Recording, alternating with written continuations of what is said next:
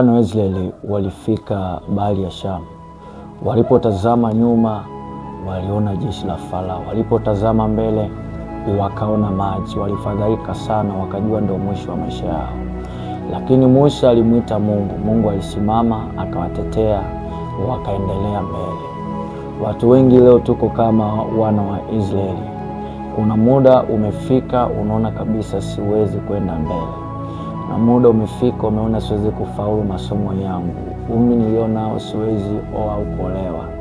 Nilipofikia siwezi tena kupona. Ni kwa sababu akili yako imefika mwisho.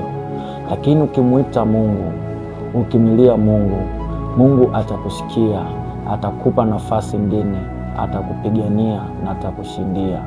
Utashangaa unasimama tena, utashangaa unainuka tena. Kwa sababu akili zako zinapoishia ndio muda sahihi wa Mungu kuingia katika maisha yako na kukutetea na kukupigania kwa namna ambayo hukufikiria.